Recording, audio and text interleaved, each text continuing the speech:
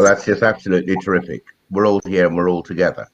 Um, we have Dalian Adolfo, Dean Okine Sr., and the wonderful Naomi Bennett. So, lady, gentlemen, good evening. Good evening. So, so tonight we're going to chat about the pandemic and I. And let me just run a quick introduction to the conversation. None of us have lived through times like this pandemic in our lifetimes. We've been forced to socially distance ourselves from friends and relatives. We've been forced to wear face coverings. Human touch with those, except those we live with, has been outlawed for long periods of time.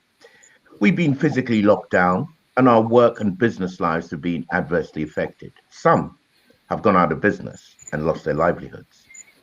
Now, at the same time, information in the media has been increasingly censored to follow an approved narrative.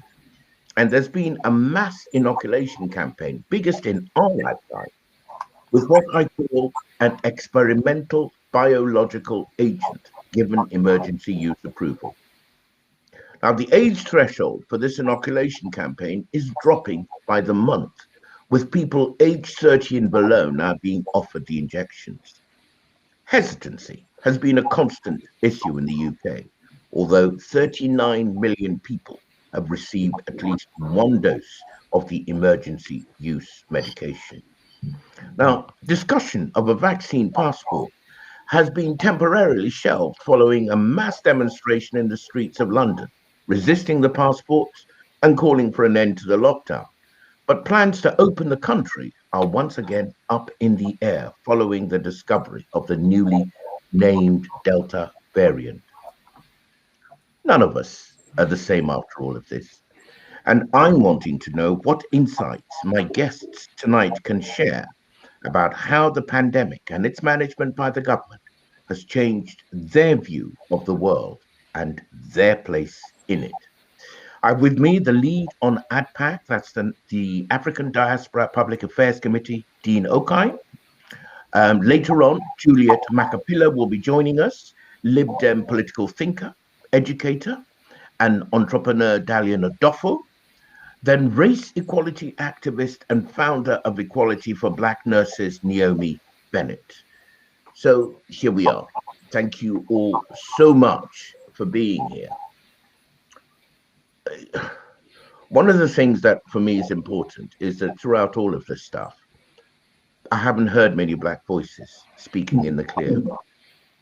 Everything that's been said about Black people and their opinions and their feelings about the pandemic and so on has been almost by proxy. It's as if it's been a kind of muted speech. So this is an opportunity, really, as Black people, people of African origin, to share how the pandemic has felt to us, to tell each other what we've learned about who we are, how we are, what our future could be. And all four of us here on the screen right now, we're all responsible, mature people. We all have children. We all have a percentage in the kind of future that we're going to leave for our kids. And so our voices matter and our opinions matter. And I really hope that you will frankly share your opinions, not just as the professional men and women that you are, but also as men and a woman, as to what our experience has been. And I hope the policymakers get to hear what we're talking about because our voices really do matter. Okay, so there we are.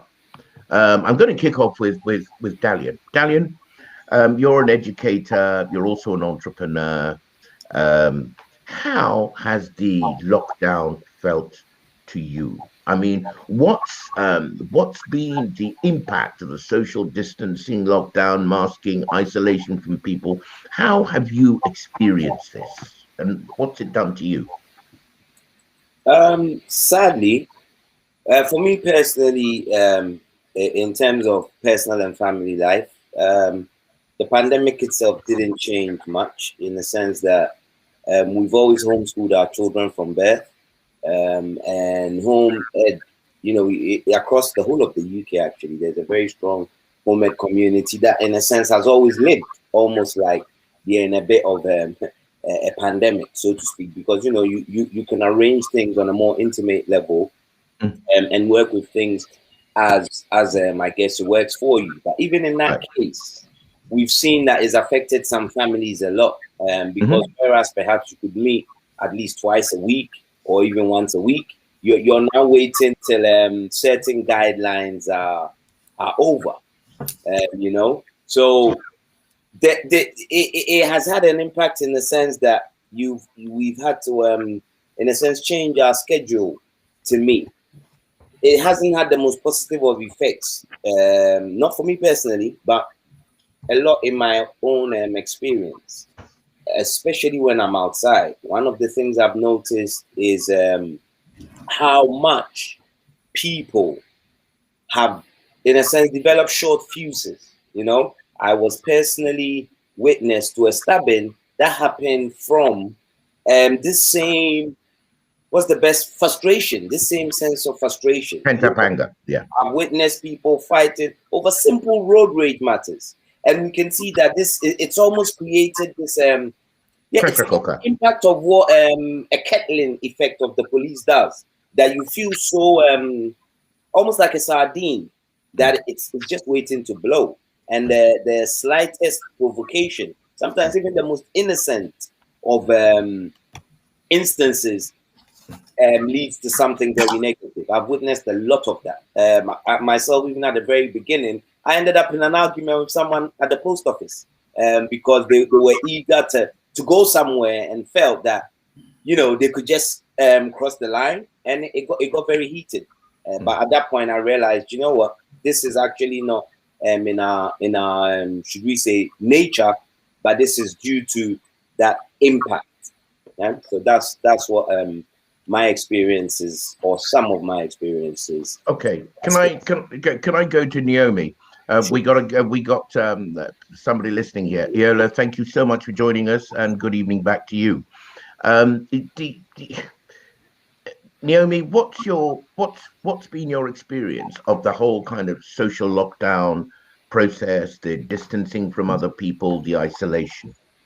Yeah, I guess it's been very interesting because obviously it's a new thing that we're going through. I think for me, this whole pandemic has put a spotlight and exacerbated the problem of racism, definitely in the healthcare sector. How so? Well, it was there before. Black nurses tended to be scapegoated and bullied and harassed before the pandemic. So lots of our black nurses were putting in complaints. The pandemic came along and this seemed to exacerbate the problem. So a lot of the nurses were then begun to just be targeted chronically, really badly. And I don't know if it was because there was focus on COVID, but black nurses had a terrible experience during the heat of the pandemic. And of course, I mean, the mortality figures for minority ethnics in the National Health Service were horrific, weren't they? I mean, because you're all frontline staff. Yes. Right. So where did this pressure come from? Was this from the patients, or was this from within the organization, i.e. within the organizational structure of the NHS itself? It was a combination, some attacks from patients, but obviously the more severe attacks from the institution themselves, because obviously within the construct, they do have the power to sack nurses on the spot and also to penalise them, to demote them. So the impact came from lots of different elements of that environment, and also the George Floyd murder last year, that seemed to exacerbate the anger aimed at black staff as well. We have lots of nurses reporting comments made about the whole incident, and one of our nurses said that one of her white nurse colleagues was trying to convince her that all lives matter and that black nurses are not disadvantaged in any way. However, the facts prove otherwise. Isn't that extraordinary? You'd have thought that black nurses would get a lot more sympathy under those circumstances. One, they're working to save your life. Two, George Floyd has been killed in this horrible, graphic way. That you would have thought that that would elicit support from people. No, it seems to have wound people up. It seems to have wound them up, and nurses by nature are quite quiet and never really want to cause any trouble. So the fact that they were then just targeting nurses, black nurses at the moment in the health service, many are being targeted and profiled. I think sometimes it might be just for ego purposes. Some of the nurses who are bullying them seem to be getting off on it. And that seems to be a problem, but nobody's recognizing it and identifying it as a problem. But the mental impact on the nurses is devastating. I can well imagine. We'll come back to that in a minute. Dean, you're working on policy issues. You're working on building institutions and so on and so forth. But I know that you're a dad as well. So you will have felt how the isolation of the lockdown would have impacted family life, professional life, working life, and so on. What has been your view? How have you experienced the isolation process? Well, for me personally, the first lockdown was fantastic because my machine kicked into gear. Lots of organization, doing what I do, keeping myself busy. I knew I had the shop on the back burner, my business as well. Right. And I would return to that. Right. The second lockdown, after I closed the shop, hit me a lot more personally. One, because it was a complete change of lifestyle, being at home more or less full time. I'm used to having lots of meetings with people physically, also the activity of the business. And it led me to inadvertently sabotage things for myself. Wow. It's like a breakdown around one project that just escalated entirely of my own creation. But then my other brain thinks about what is being put into the environment, which are conversations that we forgot we were having very early on about applied behavioral psychology. And you've got to remember, even when we're having these conversations about being angry, we don't know what is actually being broadcast at that G5 level. We don't know the effects of, because this is all one big experiment. Absolutely. The reason the world are taking out on African people now in a very transparent way is because now they are also being treated like African people have always been treated. If you think about the fact that we are part of a 500-year, African people are part of a 500-year Black experiment. That being the case, we are the subjects of that experiment. We don't take part in any other way. Now, the malware that has been uploaded to our operating systems, where some of us have completely been taken over by the malware. If you think about a PC with an iOS malware, where it's updated frequently, let's say those updates are propaganda and indoctrination. Well, the operating system comes to reflect the malware. So if it's a PC shell, well, now you have an iOS operating system that's completely taken over, which is where many of us are. In terms of the applied behavioral psychology, we are now also uploading this on a daily basis. So I'll say very quickly how I jumped back from that place where I allowed myself to go. It was by stepping back and being objective. How much of this is you? Realize how many things are being aimed at you. Is it real? And how much does it actually matter?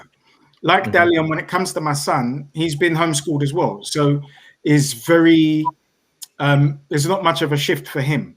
Because me and his mum aren't together, it's decreased my contact with him. And that's not like, this is on me, like the activity. It's nothing to do with how it's not. I have as much access to my son Mm-hmm. as I like, but has decreased my contact. But what has happened in the absence of that is we have a lot more telephone conversations, and our conversations are much that we experience now. Yes, exactly. Right. Okay. So, Dean, before you go on, because people may not have got the analogies that you use. You're talking about uploading malware. You're talking about disinformation and misinformation to people about who they are and how they should be. So what you're saying is that given the pressures of the lockdown, the isolation, etc., all of that, what you call malware, what somebody else might call social programming and so on, kicks off. Absolutely. And if I have understood you correctly, what you're saying is that before things got out of hand, you had to step back and observe that actually, the PC, which is me, isn't behaving the way it ought to behave, that X, Y, and Z is going on, so that you could do some diagnostic work on it and then get yourself back onto an even keel. Have I got this right? Absolutely, 110%. And for me, a lot of it came from pressure, obviously, that I put on myself in the role that I chose to give myself, which is having lots of working relationships with people across different industries, but then not having the capacity necessarily to fulfill all of that, and then sabotaging it. And then I had to step back and say, to recognize, first of all, exactly what the patterns are that I was repeating, and then shift them. Okay. So I think that this is quite an important insight, is that often Black people are under an enormous amount of pressure because purely and simply because they lack the privileges that other ethnic groups have in the society. That being the case, really, a Black person needs 30 hours in 24 instead of 24, because we've got so much more to do just to cover the basics.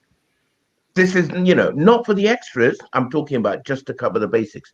And so it's actually quite easy for us to feel kind of worn out. And I'm going to come to Dalian with this in a second. Do you find that actually we should be congratulating ourselves on how well we stand up to these pressures, because I don't think other people could handle them. If they were put under a fraction of this pressure, half of them would be in mental care. I'm going to shift to Dalian for a moment. Dalian, what's your take on that situation? My take on it really ends up reinforcing what my good brother Dean just said, which is the very fact that as of now, the rest of the world has now started experiencing what it feels like to be a person of African descent. Yeah, when your rights, when your ability to imagine, to create and do for self now starts getting taken over by a stronger power or a higher governing body. African people are very resilient, Uncle Ted. You know that. We're still here after 5, God knows how many more centuries of systematic oppression, where some people have even dwindled into extinction or can be found in a square foot area on something called a reservation. This is testament to the strength of the African spirit. So my take on it, Uncle Ted, is we will survive and we will get through it, because we've been through even worse. Yeah. And also we do know at the genetic level, Henrietta Lacks proves it. If it wasn't for this Black lady, Henrietta Lacks, cancer research would be nowhere. Yes, this is also a historical fact. So for me, I don't say that as a sense of something that I believe in. It's something that I know. We're living testament to that strength.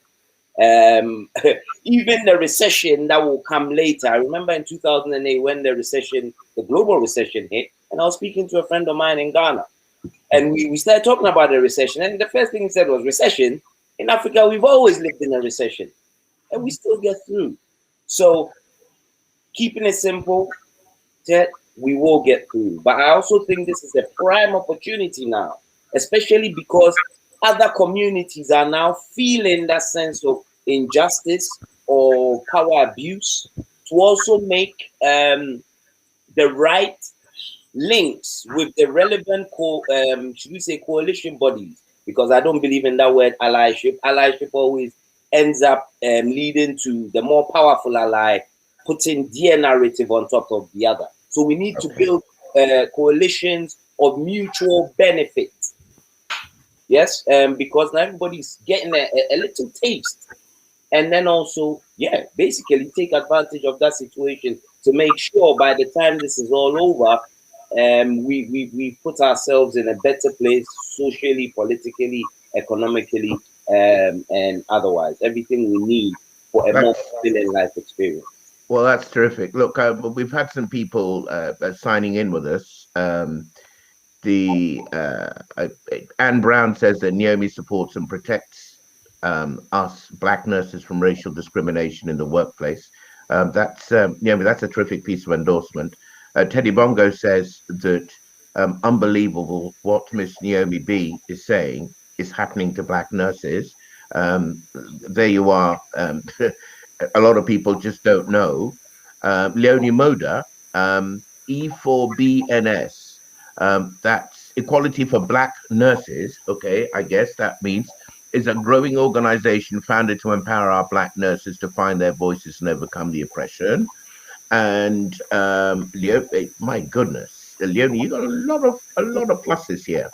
So, and we had earlier on a friend of the program's listening all the way from called Afidara, listening all the way from Eutin in Germany. So, folks, you are reaching the world. Now, look, I'm going to move on. If there's a hiss going on, it means that one of us has got either an alternative instrument which is playing, or a Bluetooth connection of some kind. Please shut it down. Literally, just keep on your laptop the device you're working with, because the feedback is coming back quite strongly now. Sorry about that, listeners. Now, the next question I'm going to go to is about censorship. Yeah. How have you experienced this business with censorship? I'm going to go to Naomi right now. Naomi, how have you experienced censorship? Because we can all see that the narrative, everything that's told us about the pandemic, how it's going to be treated, and so on and so forth, is kind of, it's as if one person writes a press release and all the mainstream media writes the same thing. So it's also shut down lots and lots of voices. So Naomi, wonderful. Whoever did that did me a favor. I was about to go spare. I won't ask you to own up. I won't ask you. Poor old Dalian is the only person on the screen. Let me shut him down so we can see if there are any other guilty faces there.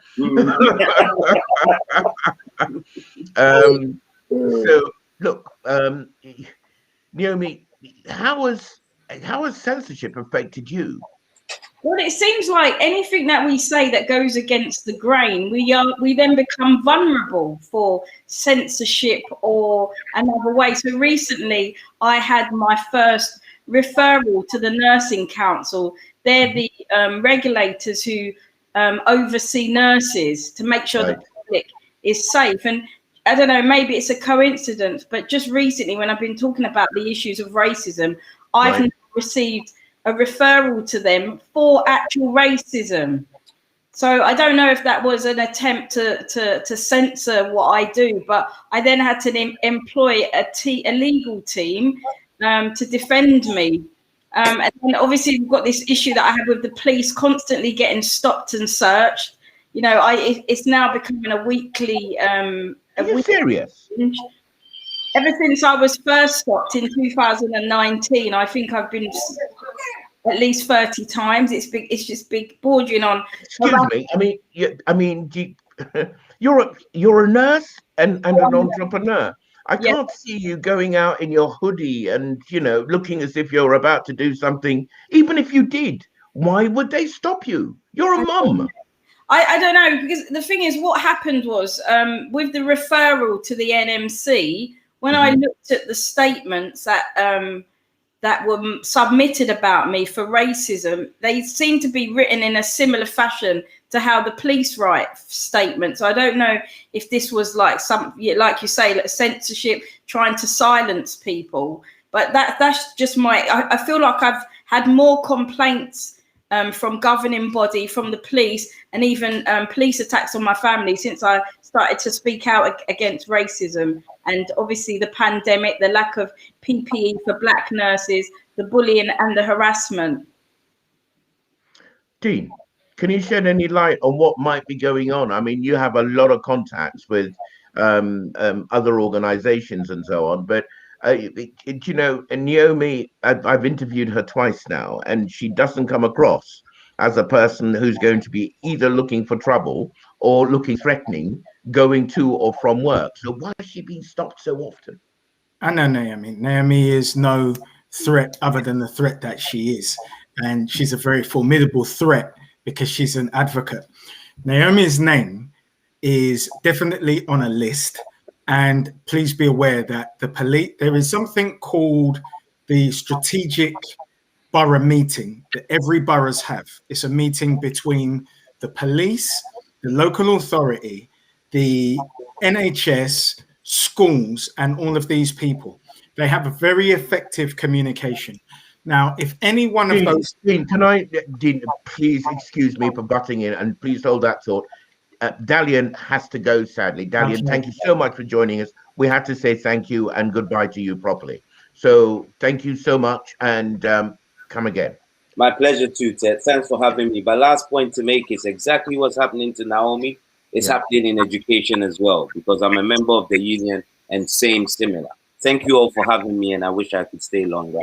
Absolutely. Thank you so much, Dalian. Thank you. See you later. Okay, Dean, on to you. On to you, Dean. Absolutely. So, sorry, please continue. So, I will just express that I do have a relationship with an African Caribbean police officer.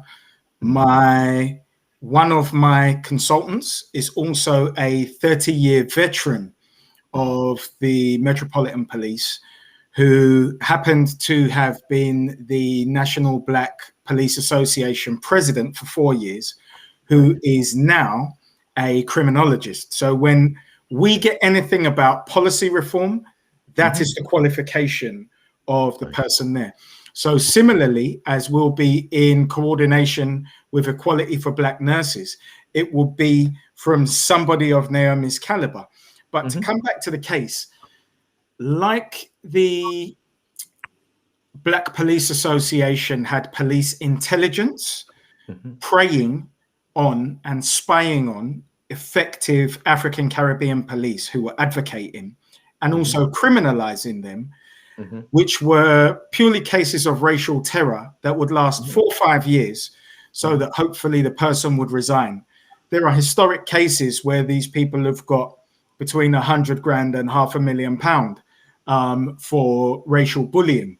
So we know that Britain is institutionally racist, but what do you mean? Would that be in an out-of-court settlement of some kind? Absolutely. Yeah. Okay. So I'm quietly confident that exactly the same is happening with Naomi, and I'm more than quietly confident that everybody is aware of the trajectory and the progress in a very short space of time that Equality for Black Nurses is making, which is going to create parity for African Caribbean nurses in this country, not just in London. So the key is to attack the head, because then the body will fall. So be under no misapprehension as to intelligence forces and all of the above, having those conversations, utilizing particular tactics to wear Naomi down as the head of that organization. But my usual ask is, the more hate that they demonstrate to us, let us meet that with love for each other. So the more that Naomi is attacked, let us respond with love and support in expertise, financial donations, and then obviously support for the legal cases and everything else. Remember, I mentioned the 500-year experiment, and I'm going to make this very succinct, that Black people, African people, became the 500-year Black experiment. Part of isolating our leadership and attacking them has been a consistent tactic. So be under no misapprehension that when you put your head above the parapet with your gun raised, saying that you're coming for them, they're going to come for you. Now we need to be effectively coordinating. And I realize I haven't taken it as seriously as I should. I wasn't aware that the attacks were still coming in the way that they were.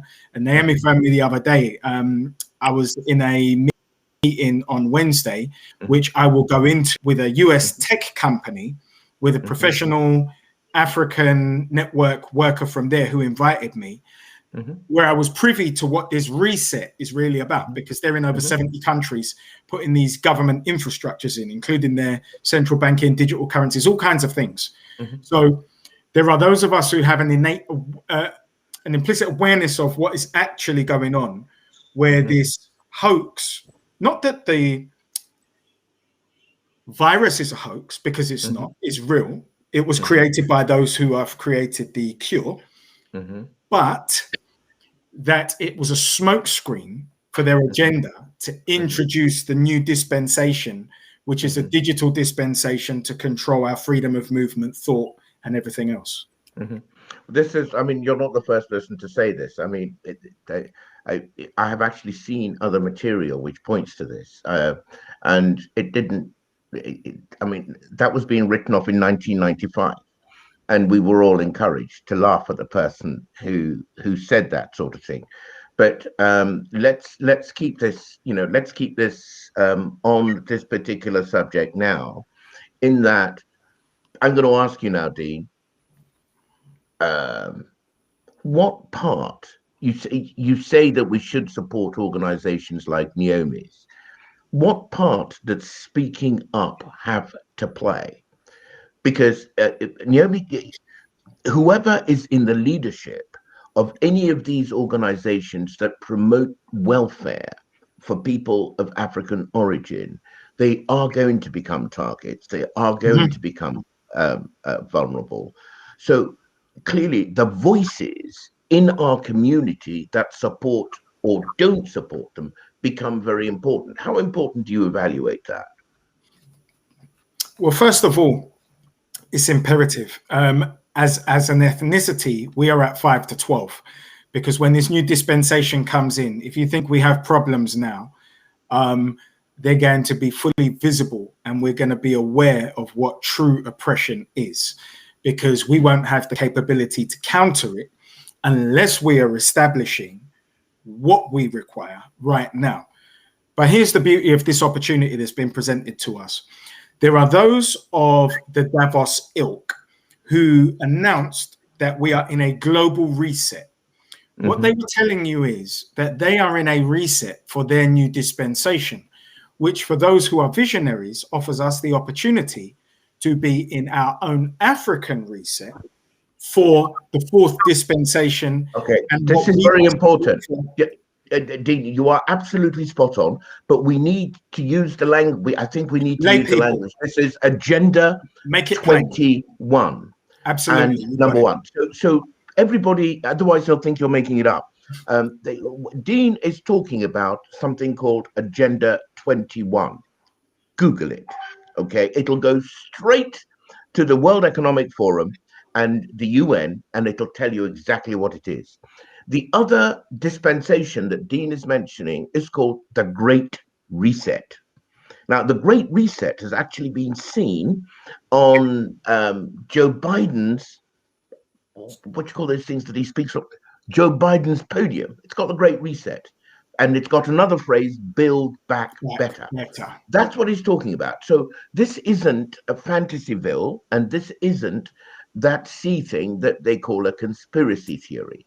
So by all means, please Google Build Back Better, Great Reset, and Agenda 21, which is actually the UN's agenda for the 21st century. That's why it's called that. Dean, if you could just round that off, and I'm going to go to Naomi. Yeah. So the language that we use for ADPAC is exactly the same. That we are in an African diaspora economic reconstruction. So if you think about the construction after the Second World War, except for ourselves, so specifically and exclusively. And this is where I call on delivery partners on a regular basis, which is why it can become overwhelming sometimes, because there's from so many different industries in creating our infrastructures that we're going to require come the time that new dispensation goes live for them. The only way to circumvent the effects of institutional racism and what might become a lot more heinous for us is to create parity. And you can only create parity by having your own vehicles that give you the option to have self-determination. And that is socioeconomic self-determination that maintains our socioeconomic mobility and frees us rather than putting us into servitude that may come. Got it. I've got some comments here to read out from Teddy Bongo. She's in London. What interests me from what Dean is saying is the African reset. That's key. Good stuff, Dean.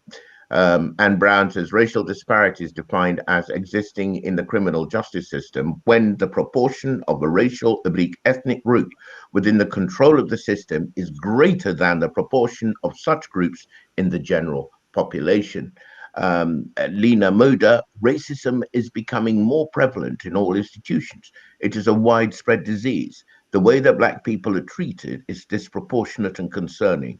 More needs to be done because Black Lives Matter. Thank you very much, Lena. Now, I'm going to come back to you now, Naomi. What do we do with our voices? I'm a writer and I'm a broadcaster and I communicate with reasonable ease in these ways. But what do you have to say to all of us about voices? Well, the voices are very important. The stories are very important because they contradict the narratives that are being created for us.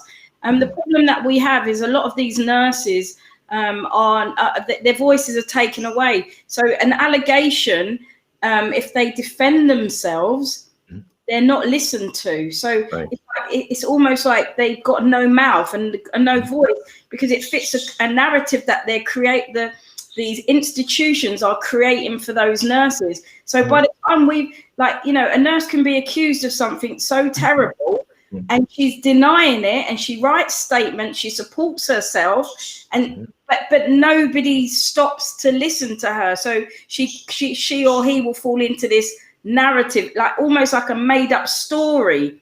And then their voice is not heard. And why is their voice? I mean, this is exasperating because again, clearly somebody has told me something about the NHS, which is why I'm asking the question, why is their voice not heard? Nobody has ever told me before. The reason is because the construct of the organization, the white supremacists that are within the organization create a narrative, they create a story. They create a story and then they just slip the Black nurses or the Black staff into that story, unbeknown to them, that the more they speak about it and the more they try and defend it, that all that information and all that speech is then used against them. And then, it's almost, it's very similar to what happens within the criminal justice system when somebody is stereotyped and profiled, and you're dealing with people who have no understanding of racism. They have no understanding of the impact, and they just you go through this system and nobody's listening to you. So that also adds to your trauma. So it's quite traumatizing to be accused of something that you haven't done. And especially when they put the patient at the heart of that. So they might say, patient safety has been compromised with these lies. And then, what happens is a lot of the nurses will go to their unions who collude with the employer to give a sanction that follows procedure. And throughout the whole process, nobody believes the nurse. If you're black and you're trying to defend yourself because of the stereotypes around being black, you know, they don't believe us. They don't believe the nurse. You see, I've got to say that, I mean, I work in communications and commerce and so on and so forth. It's not known for being kind of passionate about anything, but being a nurse is a vocational undertaking. You can't be a nurse unless you care about people. You can't be a nurse unless you're prepared to go the extra 9 yards to save lives, certainly ease suffering.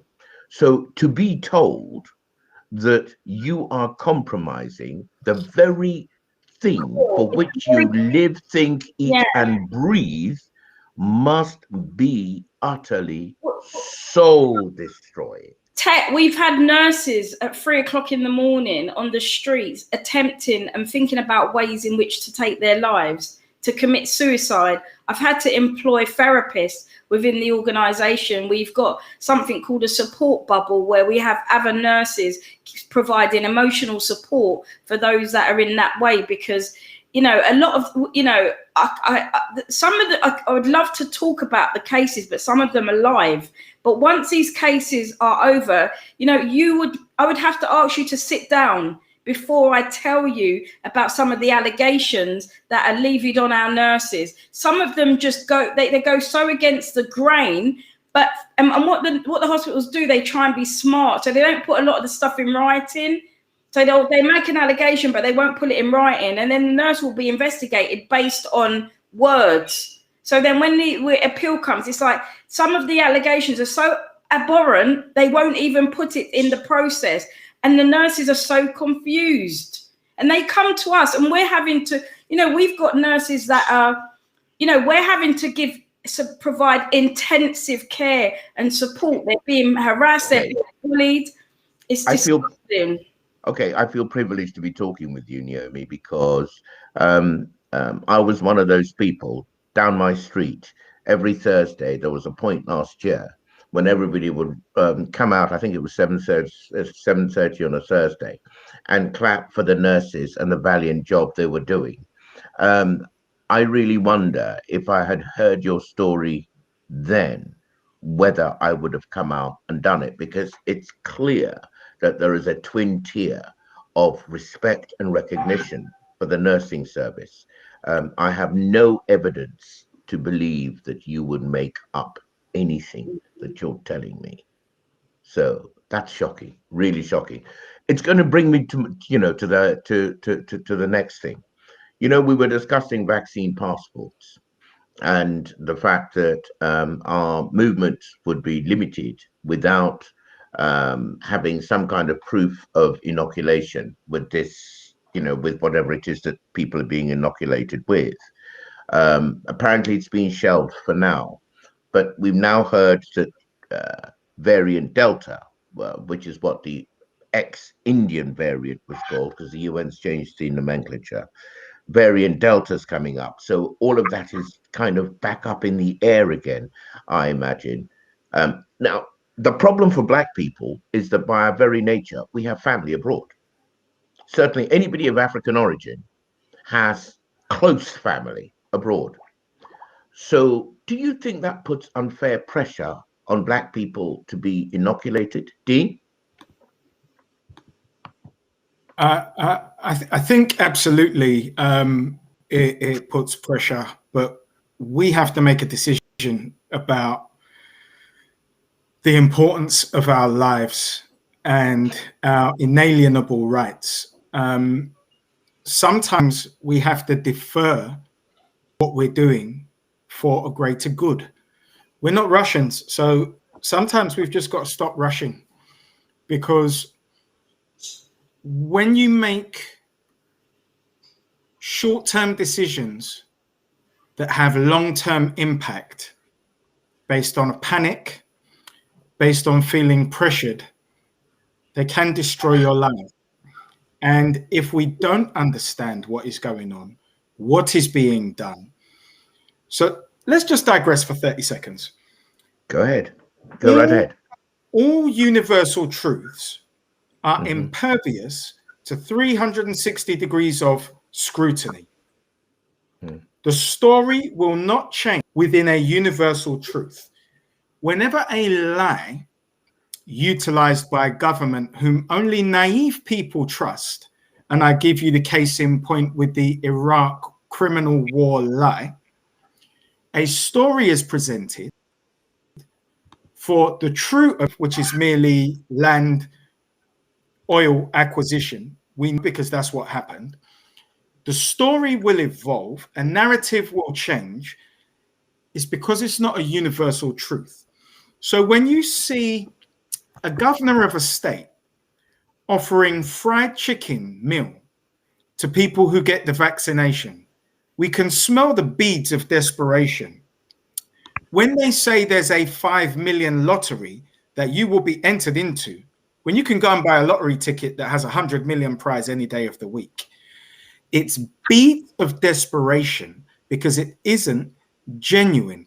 Look at the tactics applied, look at the narrative, and then understand the applied behavioral psychology, where they're so desperate now, the collusion between European medias, and when I say Europeans, in its layperson terms, is white media, are telling you, we're vaccinated, drop your unvaccinated friends. It's beads of desperation because it's all a lie. And in 30 years, when the Freedom of Information Act actually enables everyone to realize it was just about bringing in the reset, which is a digital reset, to control us, which has been Agenda 21 under construction for the past 30 years. And more. More, absolutely. Way more. No, yeah. That I completely understand. But you make a critical and crucial point for our community, Dean. It's about deferred gratification. Yeah. Because actually people want to behave as if they're in a normal situation when they're not. And normal has been, I want to travel to go and see my mum, my dad, an uncle. There's a funeral that's just come up, and she's so close to me that I have got to go. Or, I've got a construction project going on in Ghana or Nigeria or Kenya or South Africa or the Caribbean or wherever. I need to go and check and make sure that everything is going. Normal is you hop on a plane and go.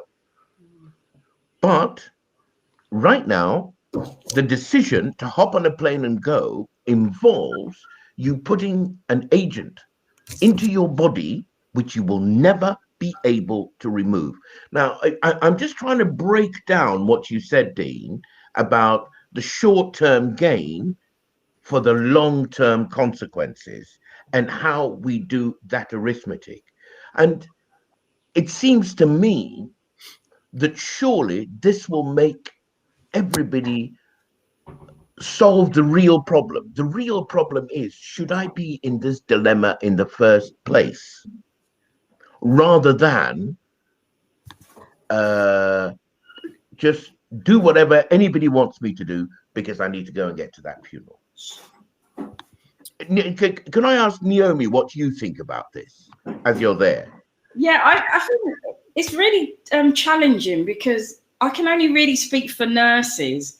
So during the pandemic, we was put on the front line. We had no protection. We died from it. Our patients were dying at a rate that's disproportionate. Nobody supported us. We did not have PPE. In fact, we was disproportionately placed on the front line. And we saw our colleagues. Sorry, when you say we, please be clear, because other people won't know. You mean black nurses? Yeah. So black nurses, we saw our friends die, we saw our colleagues die, we saw our family die disproportionately. But now we're being encouraged to have a vaccination that potentially, how long has the vaccination been on the market? So a lot of questions are being asked, and a lot of nurses and healthcare professionals are afraid to ask those questions. So I feel that until the trust has been repaired, there's got to be some reassurance before that, because it's almost like it's discriminating against a certain population of people. So I feel that the trust issues need to be addressed, and also the safety of the vaccination also needs, that we need reassurance. We've got Black nurses that actually had the virus, then they've been given the COVID vaccination, and then they've become very sick from it. So these are what we're seeing, and I feel that those are issues that need to be addressed before it becomes, they consider making it compulsory. Okay. We've had, can I just get out a few of these? Stella Isaac, glad I managed to log into this program. Thanks so much, Stella. Do come again. Another one from Teddy Bongo. This news of Black nurses, is so, where are we? I need to lose the sidebar so I can read it. This news of Black nurses so desperate that they can't contemplate and attempt suicide is upsetting. This depth of distress being expressed is a sign of societal breakdown. Yeah, glum face, too bad. Stella Isaac again, well done guys for putting this program together. Stella Isaac again, absolutely, the Black nurses and patients died from COVID. And yeah, let's continue. Unfortunately, we're going to have to wrap up in a second. Can I just take one kind of quick comment from Dean, and then one from you, Naomi, about Dean? We've lost Dean. Dean has gone. That's a shame. That's a real shame. Okay, Naomi, can I ask you what has this pandemic done to you and your sense of yourself as a Black woman doing what you do? What's it done for you? What's your big outtake? And one thing that it's taught you, and one thing that you can inspire people with? Well, it's definitely shone a light on the racism that we've experienced, throughout my life. It's shone a light on that, and it's also given me the courage and made me inspired to do something about it, and not just sit back and take it, because it kind of brings it true that from the day I was born, from my first being in primary school in the UK, I was constantly fighting to clear my name as a human being, fighting to be accepted. But it never really, it never helped others. It helped me to get by. I even accepted an award, a British Empire medal from the establishment. But what COVID has taught me is that I'm not valued. What happened with me and the police, when the police violated me in my car, all they saw was a Black person. And again, I had to fight to clear my name. But now the COVID pandemic has enabled me to say, it's not so much about me and what fight that I've had. I need to fight together with Black nurses so that we can get justice. Going back to the principle of Ubuntu, where I am because of, we are us, and we're joining the dots to support each other because we need justice. We can't allow nurses to be being psychologically beaten up like this. Okay. Well, yeah, that's a great note to leave it on. Ubuntu. I am because we are. Yeah. It's a great thought. Dean has just joined us in the nick of time. Dean, I hope it wasn't something I said or did. No, not at all. I had an internet interruption. No, okay, which is fine. Look, Dean, we're just saying goodbye. So I'd like you to share your final thought about what your outtake is from this pandemic, and hopefully something that'll inspire people to go forward and do what it is they need to do. So what's your takeaway? So the take for the global African is that we are now being fully exposed in a transparent way, that racism never ever went anywhere, and that we are now obligated to serve the global African reset. In any nation that you're in the diaspora, search for organizations like the Equality for Black Nurses, ADPAC. Please, Naomi, be aware that I'm having this exact conversation with an African Caribbean policeman who represents African Caribbean policemen. It's universal. The Voice is having an initiative where they have partnered. What's The Voice? The Voice newspaper. Thank you. Yeah. Has an initiative in which they've partnered with Cambridge University. So we self-define who we are. ADPAC is going to champion the results of that. So let's just say it came out African Caribbean, and then government is going to adopt that. So we are clearly defined as not only an ethnic group, but an economic group who are specifically identifiable to get all of the resources that are statistically available for us. So it can't be usurped by anybody else. All I ask of the we pay taxes. We pay a lot of taxes. We are taxpayers.